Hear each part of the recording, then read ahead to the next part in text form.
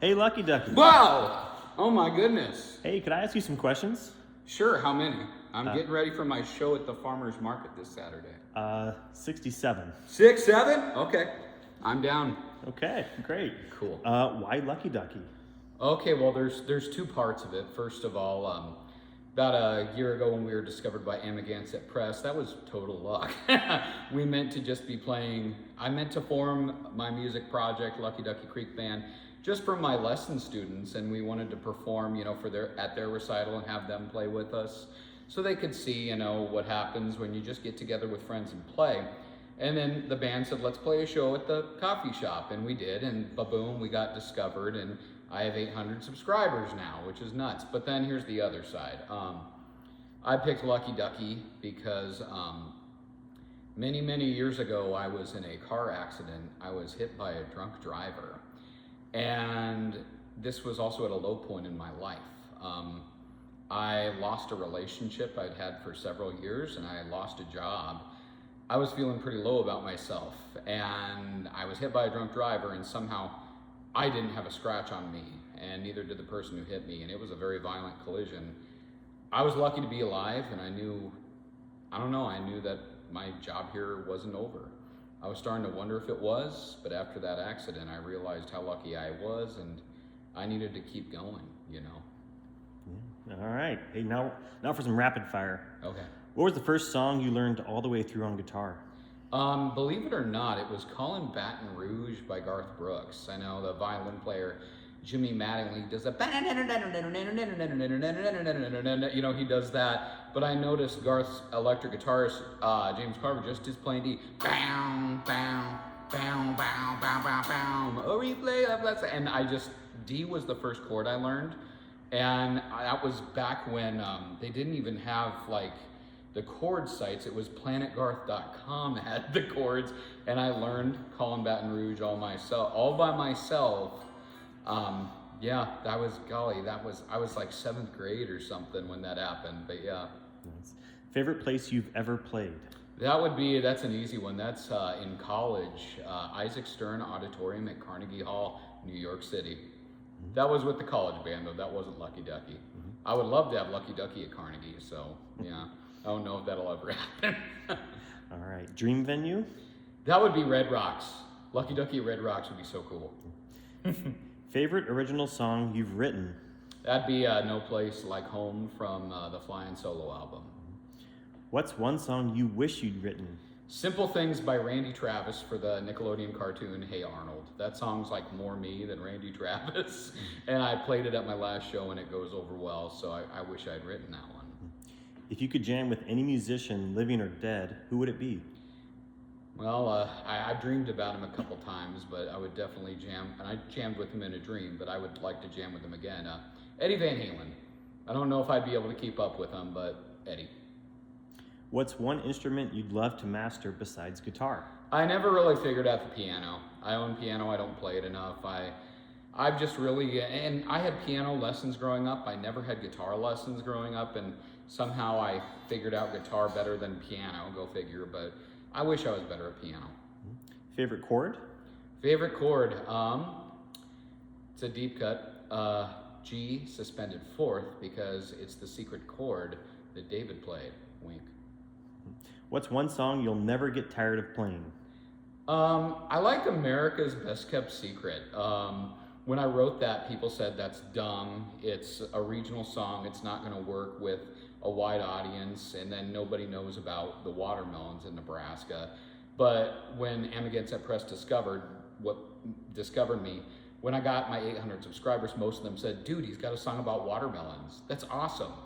And so that one, it took me by surprise, and it connects, and it's fun to play. Which guitar always makes you smile when you open the case? Currently, it's my newest one because I'm in the honeymoon stage. My Ibanez Artcore Baritone makes me smile. Which guitar surprised you the most? That would be Excalibur, my Jackson JS22. JS22 is the bottom of the barrel student model, kind of like Squire or the Ibanez Geo, but the Jacksons all have a speed neck on them, and that JS22 plays like a much more expensive guitar. What's the most underrated guitar you've ever played? This one right here, this is Bumblebee. This is my Epiphone SL. And it says Les Paul on the headstock, but it's a bolt-on. And it's got single coils instead of humbuckers. So it's the most un-Les Paul ever, but the internet was really cruel to this one. They called it the worst guitar ever made by Epiphone, and also something that would cause Les Paul to turn over in his grave, but I really like it. I think the problem was it was marketed as a student guitar and there are some setup issues. This guitar does need a neck shim. And then this bridge, you know, it's got the whole lightning bridge right here. You can't adjust the saddles individually, but you can buy a Tone Pros bridge and fix that. Or, you know, my acoustic doesn't have adjustable saddles. It's fine, this intonates just fine for me. And yeah, the neck shim makes it work, and then I put locking tuners on it too, and it's stable, it's nice. When I bought this, I was actually looking to buy a Schecter PT, because PT does not stand for Pete Townsend, it stands for Perfect Telly. I think Schecter makes better tellies than Fender, that's my hot take. But then I saw this for a lot less money, and I was like, well, that's not a telly, but it's telly adjacent, and it's weird, and I love it. It was only an $150 guitar back then when I bought it. Now it's doubled in price, but it's still good. I've written the most Lucky Ducky songs on this one because the neck is like an acoustic, you know, and it's quiet in my apartment. I can figure this out, you know. So I really like it. I don't know why the hate is on it. I guess instead of marketing as a student instrument, they should have marketed as kind of if you want a vintage style instrument, because this plays more like a vintage electric, and if you get the setup done, it's great. Which guitar feels the most like you? That would be my first guitar. That's a Chamois, my Ibanez Stage Star. It's really weird. It's like me. It's heavy. I've heavily modified it, and the neck is not my favorite. I prefer medium jumbo frets, and it has vintage frets. It doesn't have a speed neck, but I pick it up and it balances perfectly, and just because I've had it the longest, my hand just naturally settles on it. And also it's my first guitar, and I'll never get rid of it, not just because it's my first guitar, but it's still good. And that really shows Ibanez is a good company. Their starter guitar, and it was in one of their Ibanez Jumpstart jam packs, you know, for people new to guitar. If you want to keep your starter guitar, that's a good thing. If your first guitar is a guitar for life, that's great. I didn't need this one. I didn't need my other guitars. I just wanted them. I would have been totally okay just with Chamois. If you weren't a musician, teacher, or deacon, what would you be? America's favorite television game show host. What's your dream road trip? Dream road trip, I would like to drive down the $1 Million Highway in Colorado, but I wouldn't be driving. I would have a highly qualified driver driving down the $1 Million Highway, just mountain drive. But someone who's really good at mountain driving. I just sit back and enjoy the views. Bouncing off that, mountains or the ocean? Mountains, and it's not even close. Sunrise or sunset? Depends. If I'm not rushed during the sunrise, and if I can have a slow coffee with cream, sunrise wins, but most days, sunsets. Favorite place in Nebraska? Right here, right now, baby. Runza or Valentino's? Yes to both of those, but I'm gonna get on a soapbox.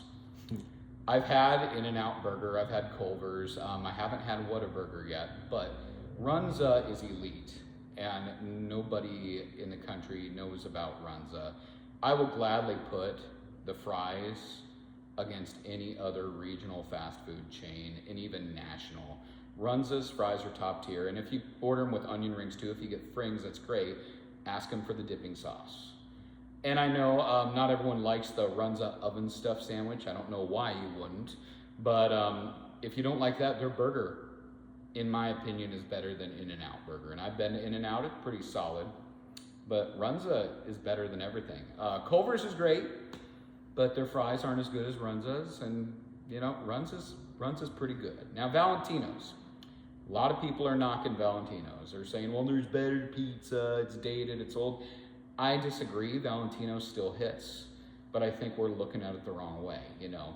There's New York pizza with the big floppy slices, and it's good, and it's recognized, and I like New York pizza, it's not my favorite. There's Chicago style deep dish. I like Chicago style deep dish very, very much, but not everyone else does.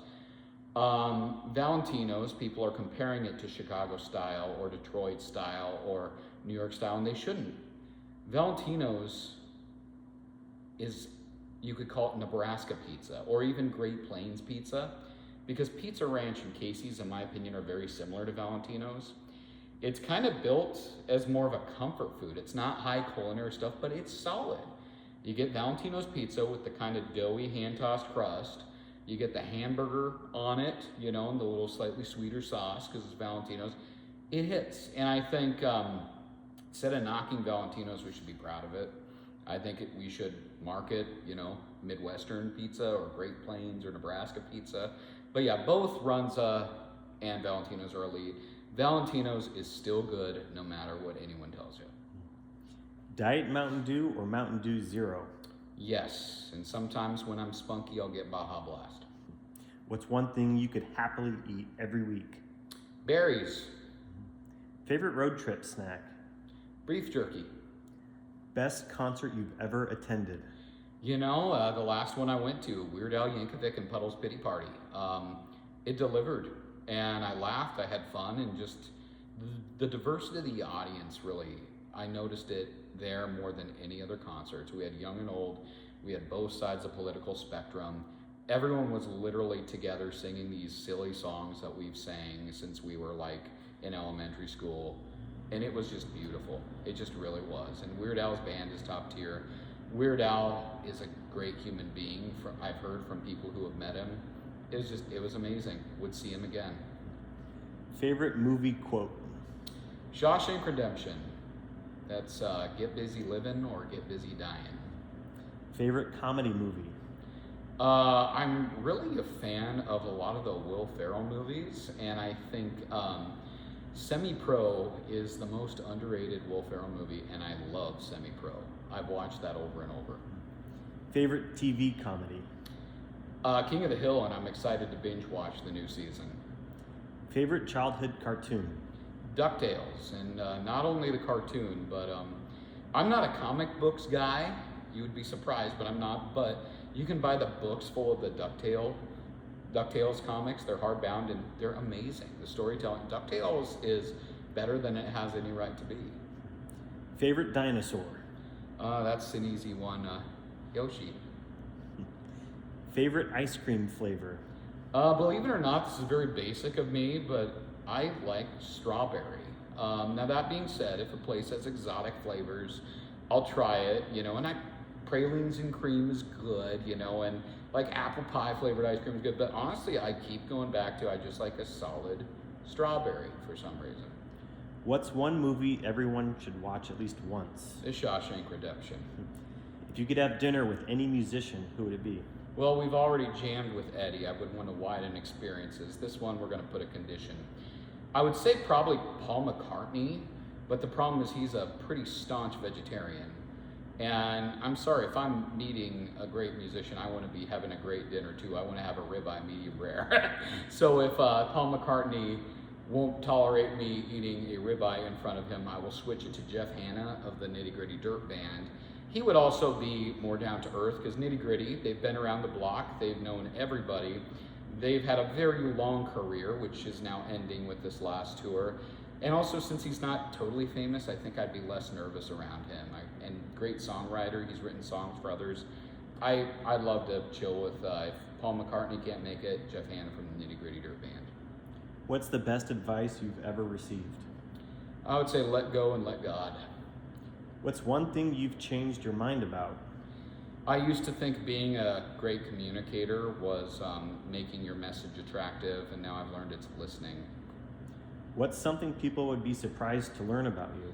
I used to be really good at swing dancing. About 20 years ago, my college girlfriend and I would go to swing dancing lessons every week.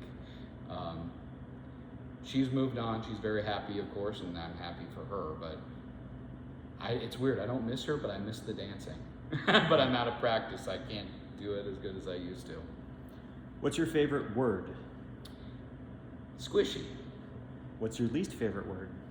I'd have to say fine, because it's the most contextually dependent word in the English language. Like, if someone says fine, I don't know what you mean until I hear the next sentence. It can be like, enjoy this this fine bottle of wine, or, well, you did pretty fine, or, hey, look, she's fine, or, how you doing? Fine, you know, or, hey, you have to pay a fine. Just versatility is a good thing normally, but that word is just too dadgum versatile. I don't know what it means half the time. What's something that always makes you laugh? I would have to say when you have totally absurd comedy, but played perfectly straight. I love that. Like Monty Python's Ministry of Silly Walks, you know? Like, I'm laughing just thinking about that.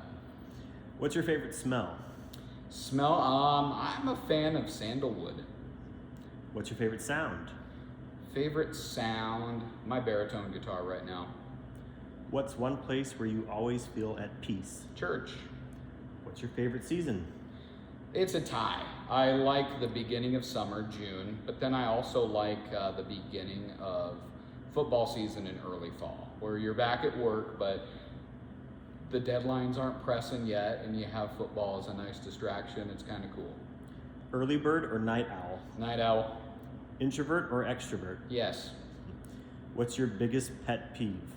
My biggest pet peeve is when someone will say, hey, we like you, we'd like to treat you, what things do you like? And I would say, just give me a Diet Dew or a Dew Zero. That would really make my day.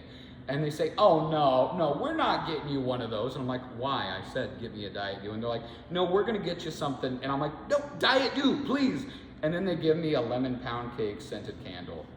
It has happened more than once. I don't know why. And I'm like I can't drink this. This is not gonna, like, what is it? If a guy says, I like this, give him this. You know, don't try to give him more. Diet Dew, yeah. What's the I have best? so many scented candles still that I'll never use because of this too, but yeah. What's the best compliment you've ever received? Fellows don't get compliments very often, but like about 3 years ago, I remember someone said, hey, that shirt looks really good on you, and I didn't know how to react. I was like, well, what? Yeah. What's one thing you're still trying to learn? I'm still trying to learn how to play the piano, dadgummit.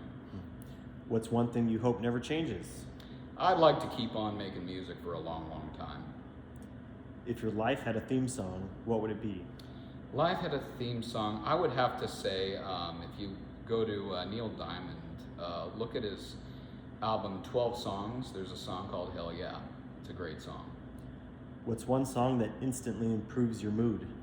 Instantly improves my mood. I would have to say Panama by Van Halen. If you could only listen to one artist for a month, who would it be? You know, I like the Beatles, but there's a lot of the Beatles I still haven't listened to, and the Beatles have a big diversity in their catalog. If I had to pick one, I would choose the Beatles. What's one place you've never visited but really want to? Never been to Nashville. Would like to check out some stuff there. If someone handed you $10,000 to spend only on music, what would you do? I would actually find all my friends that kind of want to buy guitars, and I would take them guitar shopping and gear shopping.